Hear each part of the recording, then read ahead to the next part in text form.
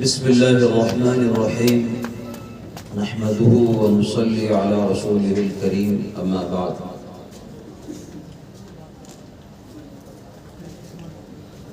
قال رسول الله صلى الله عليه وسلم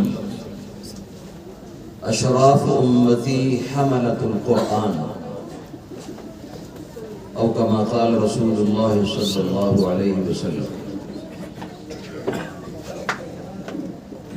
بزرگوں اور دوستوں اور عزیز بچوں، بہت دیر سے آپ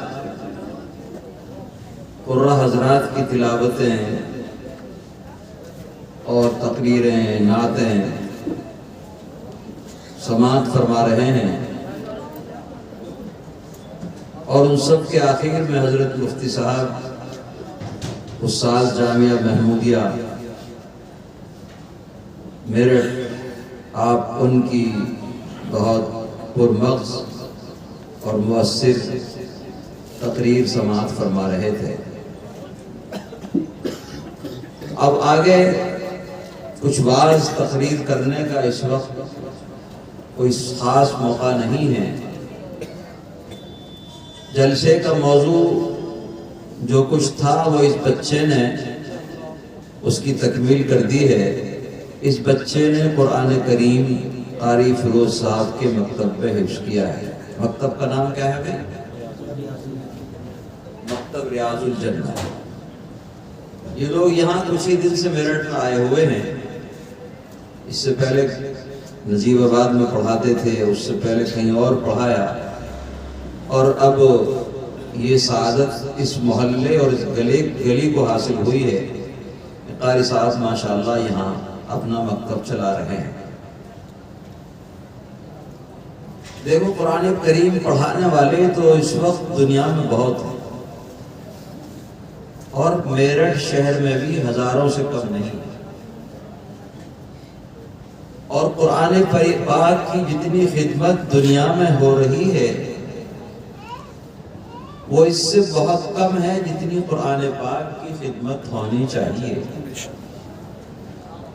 بے شمار پڑھانے والے پڑھا رہے ہیں، مدرسے چلا رہے ہیں، لیکن قرآن پاک کو صحیح پڑھانا یہ اصل قرآن کریم کی تعلیم کا مقصد ہے. ایسے ہی پڑھا دینا، جیسے کوئی اردو کی، ہندی کی کوئی کتاب پڑھا دی اور ختم کرا دینا، یہ پڑھانا نہیں ہے. اور آج کل تو بہت آسان سمجھ لیا گیا ہے کہ ٹیوشن پہ پڑھانے والے بھی پھر رہے ہیں. 1 گھنٹہ ٹیوشن لگا لیا. انگریزی ٹیوشن پڑھانے والے کو تو 4,000 5,000 روپے بھی دیتے ہیں، جس درجے کی جس کلاس کا بچہ ہوتا ہے. لیکن قرآن پاک پڑھانے والا بیچارہ اتنا مسکین ہے، وہ 1,500 روپے میں تیار ہو جاتا ہے، اور 2 سال میں 1.5 سال میں آپ کے بچے کو وہ قرآن کریم ختم کرا دیتا ہے.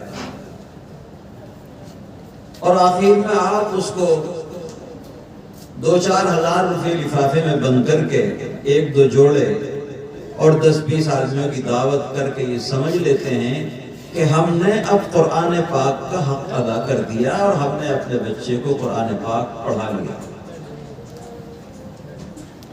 لیکن میرے عزیزوں اور بزرگوں، یاد رکھو، قرآن پاک اللہ تعالیٰ کی ایسی کتاب ہے کہ اگر آپ اس کو صحیح پڑھیں گے قاعدے کے مطابق تو اس کے پڑھنے پر ثواب ملے گا اور اس کا حق ادا ہوگا.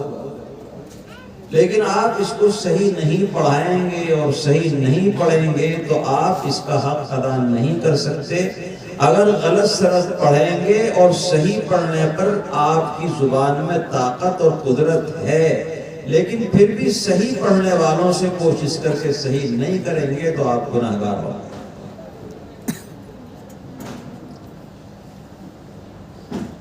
اس لیے یہ دیکھو کہ قرآن پاک کس سے پڑھا رہے ہیں. وہ خود بھی پڑھنا جانتا نہیں جانتا. محلے میں ایک ڈاکٹر بے پڑھا لکھا بیٹھ جائے کتابیں دیکھ کر، علاج کرنے لگے.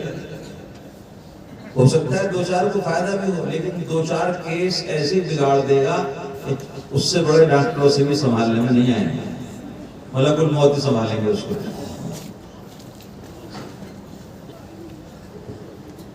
قرآن پہلے سیکھے. خیرکم من تعلم القرآن، سب سے بہتر وہ ہے جو پہلے قرآن سیکھے. گھر میں پڑھ لیا، بوا سے پڑھ لیا، بھابھی سے پڑھ لیا، بڑی امی سے پڑھ لیا. جھولا لے کے پھرتے ٹیوشن پڑھانے والے ان سے پڑھ لیا، وہ خود سے ہی پڑھنا نہیں جانتے. نہیں، من تعلم، پہلے سیکھے. اور کس سے سیکھے؟ جس کو خود پڑھانا آتا ہو. تو پہلے سیکھے اور پھر سکھائے، اور بلا سیکھے سکھائے گا تو غلط سکھائے گا. ایک بستی میں ایک ڈاکٹر صاحب چلے گئے، جھولا چھاپ ڈاکٹر تھے. علاج کرنا شروع کر دیا. اتفاق سے دیکھا کہ 9 جنازے آ رہے ہیں گاؤں میں. اب 9 جنازے جب جس گاؤں میں آئیں گے تو لوگ باہر نکل آئیں گے. تو لوگ باہر نکل آئے دیکھنے کے لیے، ڈاکٹر صاحب بھی باہر آ گئے. لوگوں نے کہا ڈاکٹر صاحب آپ تو اپنی کلینک پہ بیٹھیے، یہ تو جنازے آ رہے ہیں. کہنے لگے میں یہ دیکھ رہا ہوں، میں نے 10 لوگوں کو دوا دی تھی، 9 جنازے آ رہے ہیں، ایک کہاں گیا؟ 10 کو آنا چاہیے تھا، وہ کہاں بھاگ گیا؟ ہمارے استاد مفتی سعید صاحب نے قصہ سنایا. چین میں ایک بازار ہے، حکیموں کا بازار، اور اس میں حکیموں کی دکان ہے سب. اور وہاں دستور یہ ہے، وہ حکیم یا ڈاکٹر جس کی دوا سے جتنے لوگ مر جاتے ہیں اتنے ہی چراغ وہ اپنے کلینک میں جلاتا ہے. 2 آدمی مرے تو 2 چراغ جلائے گا، 4 مرے تو 4 جلائے گا، 10 مرے تو 10 جلائے گا. اب ایک بیچارہ گاؤں سے مریض آیا، تو مریض آنے والا چراغ دیکھتا تھا پہلے ڈاکٹر، اس کیا اتنے زیادہ چراغ جلے ہیں کم جلے ہیں. کم جلے ہیں تو کم مرے ہیں اس کی دوا سے، زیادہ جلے ہیں تو زیادہ مرے ہیں. اب اس نے دیکھا ایک حکیم صاحب کی ڈاکٹر کی دکان میں 10 چراغ جلے ہیں، کسی کا 8 کسی کے 9. ایک صاحب کے دیکھا کہ ان کی کلینک میں ایک ہی چراغ جل رہا. تو انہوں نے سمجھا یہ بہت ماہر ہے، اس کی دوا سے ایک ہی مرا ہے اب تک، ورنہ سب ٹھیک ہو گئے. ابھی آ گیا اس کے پاس، تو ڈاکٹر صاحب کی بجائے دوا دینے کے اس سے پوچھنے لگے میرے یہاں کیوں آئے؟ تو یہاں تو بہت ساری دکانیں ہیں. کہنے لگا آپ کے یہاں ایک چراغ جل رہا ہے، میں نے سمجھا آپ کی دوا سے ایک مرا ہے.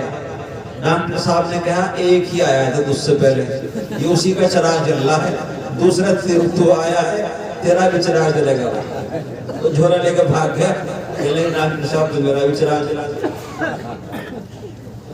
جب آدمی کسی فن کا ماہر نہیں ہوتا ہے تو ایسے حالات پیدا ہوتے ہیں. قرآن کریم اللہ تعالیٰ کی انتہائی نازک زبان میں، عربی میں کتاب ہے،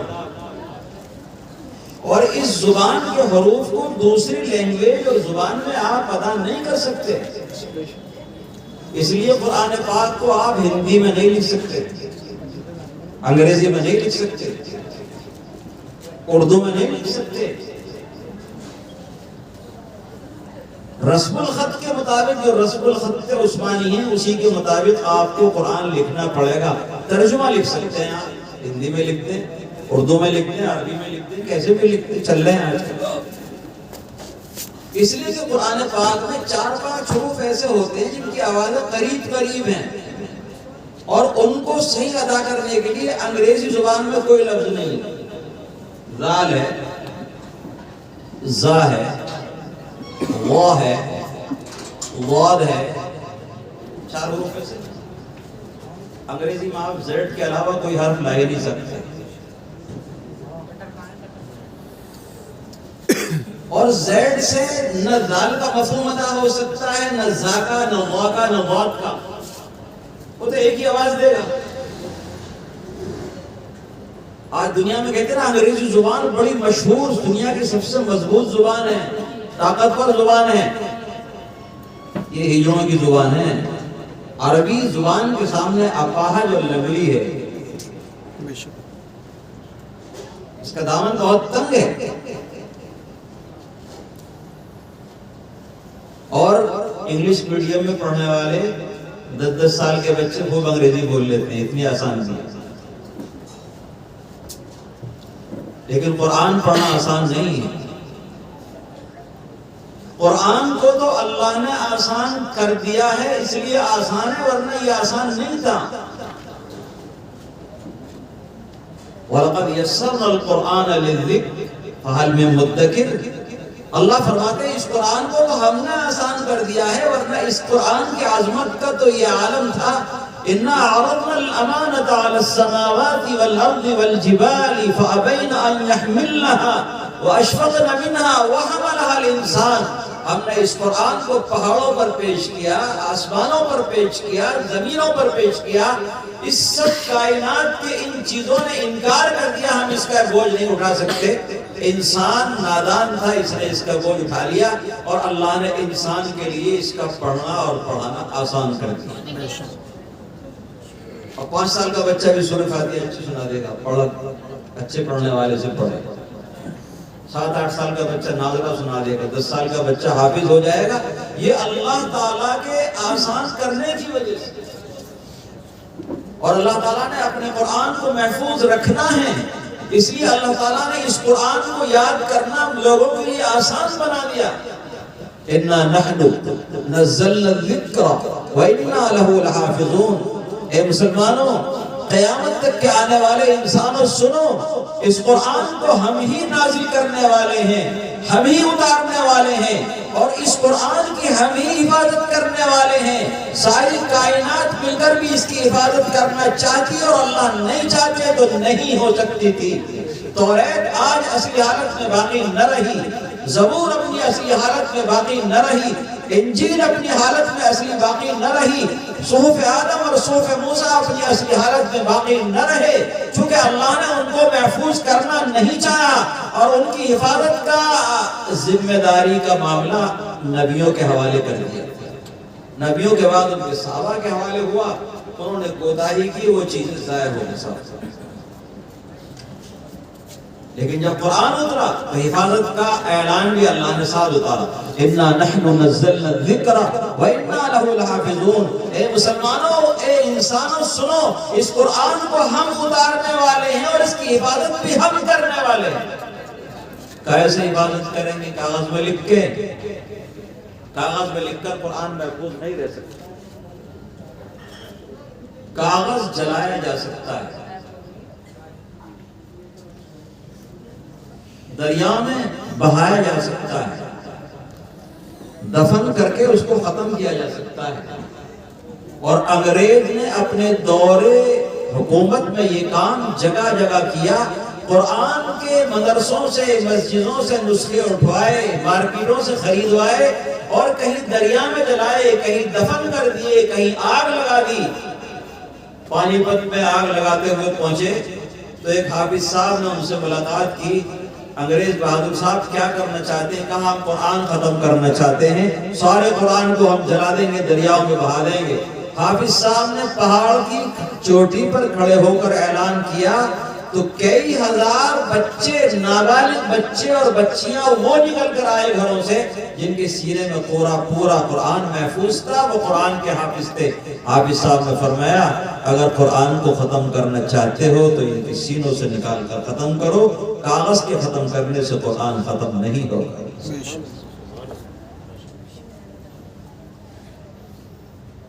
یہ اللہ کا کلام ہے، اور اس کا نام سب سے مشہور قرآن ہے. ذکر بھی اس کا نام ہے جو میں نے آیت میں پڑھا، اور قرآن بھی اس کا نام ہے. اور قرآن، لفظ قرآن قرآن پاک میں 61 جگہ ہے. وقال الذين كفروا لا تسمعوا لهذا القرآن والغوا فيه لعلكم تغلبون. جب حضرات صحابہ قرآن پڑھتے تھے تو کفار مشرکین شور مچاتے تھے، شور مچاؤ، تمہارا شور غالب آ جائے اور قرآن کی آواز دب کر رہ جائے. اللہ نے فرمایا ارے نادانو، یہ قرآن، اس کا نام، ہمارے کلام کا نام قرآن ہے. قرآن کے معنی پڑھی جانے والی کتاب. یہ قرآن تمہارے شور اور تمہارے ہنگامے سے ختم ہونے والا نہیں ہے۔ یہ قرآن آج بھی پڑھا جا رہا ہے اور کل بھی پڑھا جائے گا اور تا قیامت پڑھا جاتا رہے گا جب تک اللہ چاہیں گے۔ قرآن زمین میں، آسمانوں میں، فضاؤں میں، دریاؤں میں، خشکیوں میں، ہندوستان میں، عرب میں، عجم میں اور دنیا کے ہر حصے میں، ہر گھر میں اور ہر محلے میں، ہر مسجد میں، ہر مدرسے میں، شاہراہوں میں پڑھا جاتا رہے گا۔ اس کی آواز کو دبانے والی کوئی طاقت ابھی دنیا میں نہیں آئی اور نہ آئے گی۔ اور جو یہ چاہے گا قرآن مٹ جائے، صفحہ ہستی سے وہ مٹ جائے گا، لیکن قرآن نہیں مٹے گا۔ کب تک قرآن رہے گا؟ جب تک قرآن ہے چاند میں روشنی باقی ہے، جب تک قرآن ہے سورت میں تمازت باقی ہے، جب تک قرآن ہے جب تک پہاڑوں کی بلندیاں باقی ہیں، جب تک قرآن ہے جب تک دریاؤں کی روانی باقی ہے۔ اور جس دن اللہ کا کلام اٹھ جائے گا، پہاڑ بے حیثیت ہو کر رہ جائیں گے، زمین کا خاتمہ ہو جائے گا، دریاؤں کا خاتمہ ہو جائے گا، لال قلعے کی لالی باقی نہیں رہے گی، وائٹ ہاؤس کی سفیدی باقی نہیں رہے گی، چاند کی روشنی باقی نہیں رہے گی، سورج کی تماغت باقی نہیں رہے گی، پوری کائنات زمین و آسمان زیر و زبر ہو جائے گی۔ اللہ کی اس کائنات کو اللہ کی اب ضرورت نہیں، چونکہ اللہ کا کلام دنیا سے اٹھا لیا گیا ہے۔ سبحان اللہ۔ اے قرآن کے دشمنوں اور دوستوں دونوں سنو، تمہارا وجود قرآن کے وجود پر قائم ہے۔ اگر قرآن جس دن اٹھا لیا جائے گا تمہارا اس سے پہلے خاتمہ ہو جائے گا۔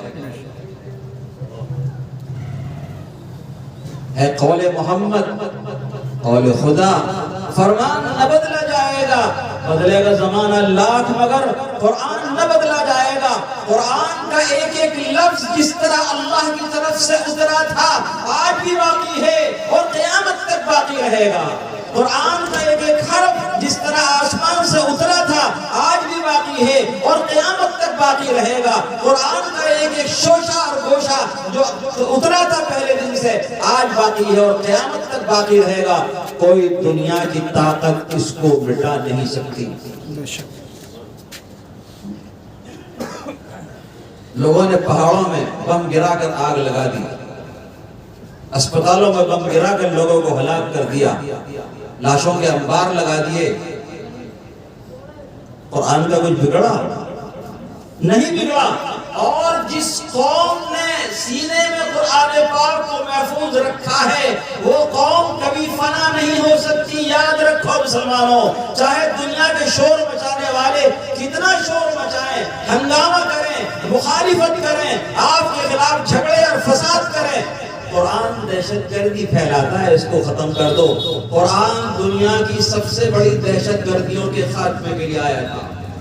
جس وقت قرآن اترا ہے یہ اللہ کی زمین دہشت گردی سے بھری ہوئی تھی۔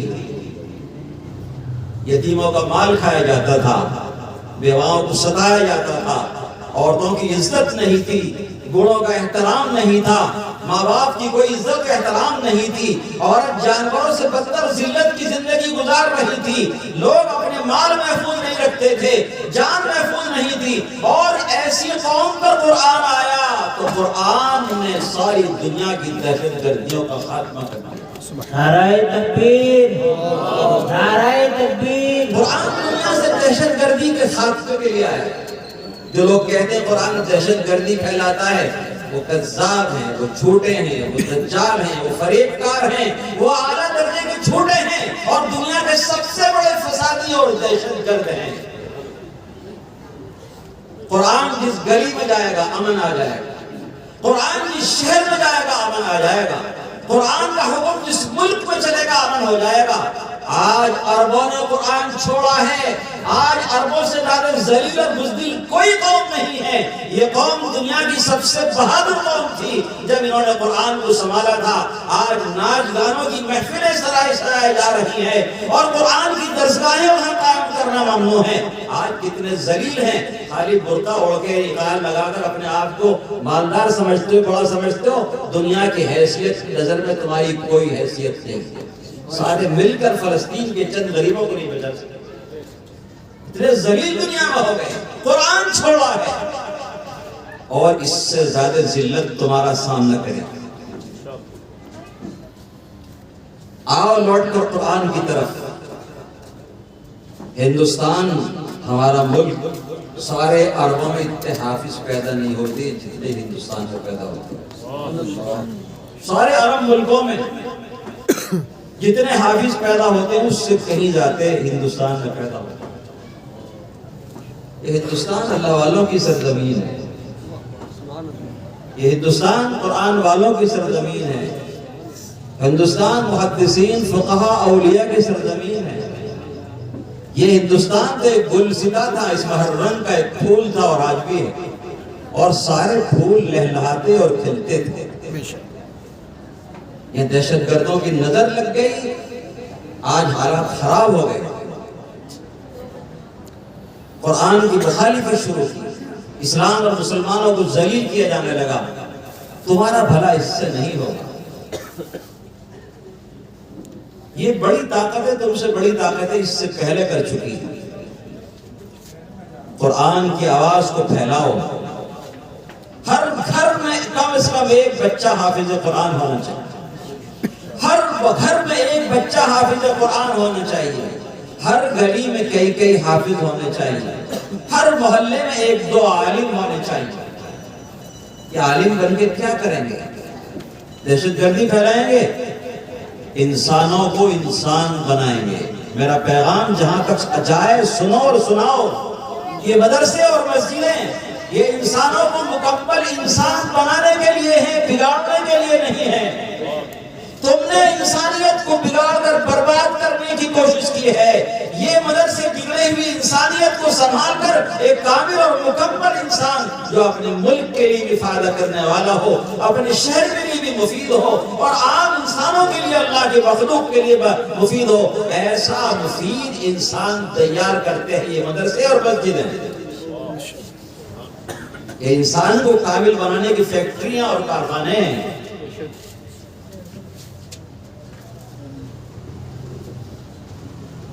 میرے بزرگوں، مجھے کچھ لمبی چوڑی تقریر نہیں کرنی تھی اور میں بحیثیت مقرر کے بیٹھا بھی نہیں تھا. میں تو صرف یہ عرض کر رہا تھا کہ اللہ کی کتاب ہے، اس کا پڑھنا بھی ثواب، اس کا دیکھنا بھی ثواب، اس پر عمل کرنا بھی ثواب، اس کو گھر میں رکھنا بھی ثواب. اور صحیح پڑھنے کی کوشش کرو، اپنے بچوں کو صحیح پڑھانے کی کوشش کرو. ماشاءاللہ اس بچے نے اچھا قرآن پاک پڑھا، قاری صاحب نے محنت کرائی ہے. اور بھی بچے پڑھیں اور اپنے بچوں کو پڑھنے کے لیے بھیجیے، اور اتنے بچوں کو پڑھنے کے لیے بھیجیے کہ ان کو ضرورت پیش آئے کہ ایک دو آدمی اور رکھیں تاکہ یہ کام بڑھے. اور شروع بات میں یہاں سے کر رہا تھا کہ آج پڑھانے والے بہت ہیں لیکن صحیح پڑھانے والے کم ہیں. اس لیے اگر کوئی آپ کے محلے میں صحیح پڑھانے والا آ گیا ہے، آپ اس کی قدر کیجئے، آپ اس کی حوصلہ افزائی کیجئے، آپ اس کے کام میں تعاون کیجئے. اللہ تعالیٰ آپ کے کام میں بھی تعاون فرمائے گا. جو قرآن پاک پڑھنے پڑھانے والوں کی خدمت کرتے ہیں، دنیا میں ان سے بہتر کوئی لوگ نہیں ہیں. حضور نے فرمایا خیرکم من تعلم القرآن وعلمہ، تم میں سب سے بہتر وہ ہے جو قرآن سیکھیں اور سکھائیں، پڑھیں اور پڑھائیں. اور قرآن پاک کی محنت پر جو پیسہ خرچ ہوگا وہ دین کے کاموں میں خرچ ہونے والے پیسوں میں سب سے افضل ہے. دین کے کاموں میں دنیا میں نہیں. ہمارے جماعت والے بھائی کہتے ہیں نا یہ سب سے افضل کام ہے. دین کا کام تو افضل ہے، لیکن قرآن پاک پڑھانے والوں پر جو آپ کا پیسہ خرچ ہوگا اس سے افضل کوئی پیسہ نہیں. یاد رکھو، اگر عقیدہ غلط ہے، ادھر ادھر ڈگمگاتا ہے تو اسے صحیح کر لو. قرآن کی تعلیم پر جو پیسہ خرچ ہوتا ہے اس پیسے سے کوئی پیسہ افضل اور اللہ کے نزدیک محبوب نہیں ہے. آپ کو معلوم نہیں مدرسے کیا دیتے ہیں؟ آپ جماعت میں جائیں گے آپ کی نماز درست ہوگی، بہت ضروری ہے، نماز پڑھنا چاہیے مسلمان کو، لیکن آپ کا عقیدہ مدرسے میں درست ہوگا. آپ کا عقیدہ مدرسے میں درست ہوگا اور اللہ کے یہاں نجات عقیدے کی صحیح ہونے پر ہوگی، اعمال پر نہیں ہوگی. اگر آپ کے پہاڑوں کے برابر اعمال، نماز، روزہ، زکوٰۃ، حج ہوں گے اور آپ کا عقیدہ صحیح نہیں ہوگا تو نجات نہیں ہوگی، اور اگر آپ کا عقیدہ صحیح ہوگا اور اعمال کمزور ہوں گے تو نجات ہو جائے گا۔ بے شک یہ مدرسے والے آپ کا عقیدہ صحیح کریں۔ یہ اسلام کی بنیاد ہے۔ جو اسکول کا پڑھنے والا بچہ 5 کلاس تک مدرسے میں پڑھ جائے گا وہ مرتے درد تک مسلمان رہے گا، اس کا اسلام کبھی نہیں بگڑے گا۔ اور جو بچہ مدرسے کی لائن سے ہٹ کر اسکول کالج میں جائے گا وہ آدھا بے دین دہریہ ہوگا، کب دین چھوڑ دے کوئی پتہ نہیں۔ لیکن جو مکتب سے پڑھ کر جائے گا اس کے ذہن میں جو اسلام کی بنیادیں باتیں بیٹھ جائیں گی اور جب جائیں گی، وہ اس کو اسلام پر باقی رکھیں گی چاہے ماحول کتنا ہی مخالف ہو جائے، اسلام نہیں چھوڑے گا۔ اس لیے مدارس چھوٹے اور بڑے مدارس بھی بڑے ہیں اور چھوٹا مدرسہ بھی کوئی چھوٹا نہیں ہے۔ ایک بہت بڑی مشین ہوتی ہے کسی بھی کام کی، کپڑے ابھی بنے جا رہے تھے، مشین چل رہی تھی پیچھے، ماشاءاللہ انہوں نے بند کر دی ہماری بات سننے سے پہلے۔ اب اس مشین کو کچھ پرزے بڑے بھی ہوں گے کچھ چھوٹے بھی ہوں گے، ہوتے نہیں ہوتے جی۔ آپ اگر بڑے بڑے پرزے لگا دیں اور ایک تو چھوٹا پرزا نکال لیں چل جائے گی۔ تو جس طرح مشین چلانے کے لیے چھوٹا پرزا بڑے کی برابر ضروری ہے، یہ چھوٹے مکتب اور مدرسے بھی مسلمانوں کے عقیدے درست کرنے کے لیے اسی طرح ضروری ہے جس طرح بڑے مدارس ہیں۔ ایک مسجد میں بیٹھ کر استاد جو قرآن پڑھا رہا ہے، بچوں کو تعلیم الاسلام پڑھا رہا ہے، ان کا عقیدہ درست کر رہا ہے، اس کی حیثیت شیخ الحدیث سے کم نہیں ہے۔ اس لیے حضور نے فرمایا خیرکم من تعلم القرآن وعلمہ، مکتب میں بیٹھ کر پڑھانے والے حافظ صاحب، گلی میں بیٹھ کر پڑھانے والے، قرآن صحیح کرانے والے حافظ صاحب، ان کی ٹکر کا نہ کوئی محدث ہے، نہ کوئی فقیہ ہے، نہ کوئی عالم۔ میں اپنی طرف سے یہ بات کہوں تو شاید جرت ہوگی، میرے استاد اور شیخ حضرت اقدس مولانا محمد یونس صاحب شیخ الحدیث مظاہر العلوم سہارنپور، ساری دنیا جانتی ہے، ان کے وقت میں روئے زمین پر شاید اتنا بڑا کوئی محدث نہیں تھا۔ انہوں نے فرمایا مجھ سے حافظ قرآن کا اللہ کے نزدیک وہ مرتبہ ہے، حضرت کے الفاظ، نہ ایسا مرتبہ کسی عالم کا ہے، نہ کسی محدث کا ہے، نہ کسی فقیہ کا، نہ کسی داعی کا ہے، نہ کسی مبلغ کا ہے۔ اور حقیقت ہے حضور فرمانے سب سے بہتر، اور کب فرما رہے ہیں جبکہ امت میں ابو بکر صدیق بھی موجود ہیں، عمر فاروق بھی موجود ہیں، عثمان غنی بھی موجود ہیں، علی مرتضیٰ بھی موجود ہیں، عشرہ مبشرہ بھی موجود ہیں، اور بہت سے وہ صحابہ جنت جن کو وقتاً فوقتاً جنت کا آپ نے وعدہ کیا ان کے لیے، وہ موجود ہیں۔ فرمایا تم میں بھی سب سے بہتر وہ جو قرآن شریف پڑھانے والے ہیں۔ کائنات پر، اللہ کی زمین پر، اللہ کے آسمان کے نیچے اس سے بہتر نہ کوئی جماعت ہے، نہ ہوگی، اور نہ قیامت تک آئے گی۔ اس لیے ان کی قدر سمجھو۔ اللہ تعالیٰ مجھے اور آپ سب کو قدر کرنے کی توفیق عطا فرمائے۔ اور جو باتیں حضرت مفتی صاحب نے آپ سے قیمتی فرمائی تھیں، یہ میری زبان سے ٹوٹی پھوٹی باتیں نکلی ہیں، اللہ تعالیٰ ان سب باتوں پر عمل کرنے کی توفیق عطا فرمائے۔ وآخر دعوانا الحمدللہ رب العالمین، والسلام علیکم ورحمۃ اللہ وبرکاتہ۔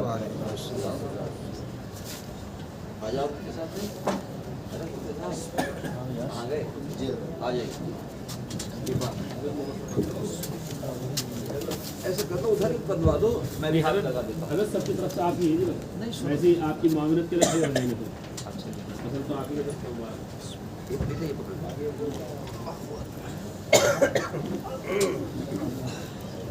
سب سے ہاتھ لگوا لو، کھڑے ہو جاؤ۔ آپ باندھی سب ایسے رکھتے ہیں ہاتھ۔ اچھا لو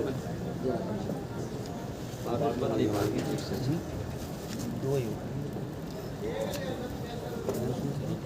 سر پر ہاتھ رکھوا لو۔